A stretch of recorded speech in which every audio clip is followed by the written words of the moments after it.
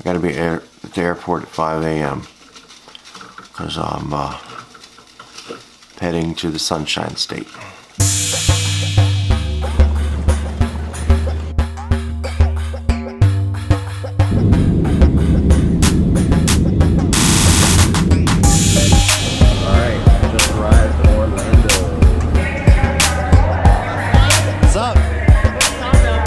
Thank you.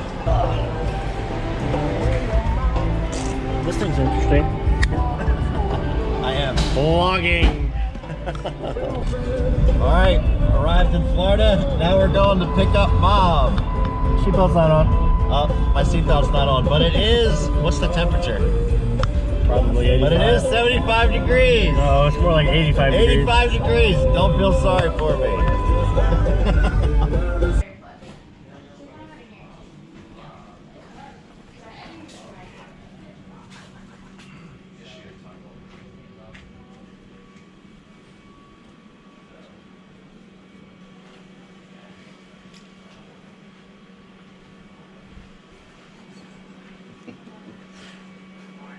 Morning, sleepy.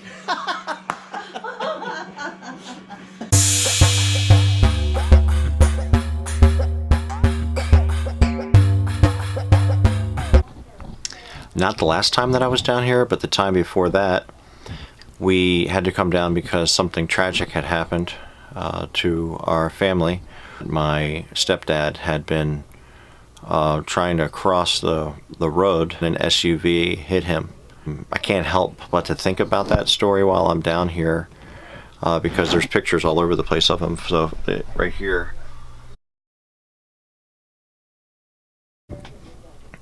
You know, when tragedy like that struck us, I think it's kind of inevitable for everyone, but my mom and the thought crosses your mind, how could something so tragic so quickly, so somewhat seems meaningless to be hit by an SUV out of nowhere? How could something like that happen to such a good and a kind and a gentle man like Scott? That was not only our question as family, that was the question of his friends.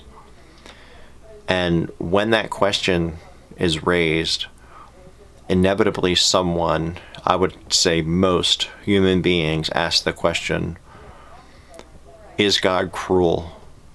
Is he incompetent?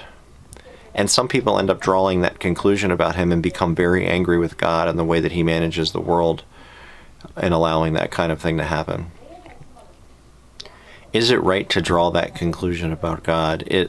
When you are, think about it this way, when you are trying to evaluate someone and who they are, the kind of person that they are, how do you construct a personality profile? Don't you try to take all of the facts into consideration? Don't we get frustrated when we stereotype people or we don't take all the facts into consideration? You know, for example, when I think about God being incompetent, that doesn't sit well with me, because right around the corner here from in my mother's yard, it's amazing to me, is a banana tree. If you believe that God is the creator and that he created banana trees, then that already starts to paint a different picture of who he is, that he's not incompetent. The color of bananas, the taste of bananas, that they were designed specifically to be able to take care of the creation that is around here, including us. He had all of that in mind.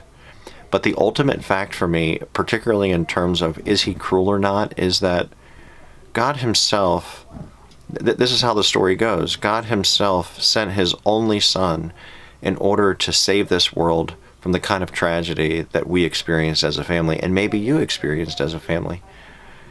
When you start to take those facts into consideration, as well as the fact of tragedy, you can't draw some stereotypical and simplistic personality profile about God. It needs to be more sophisticated than that.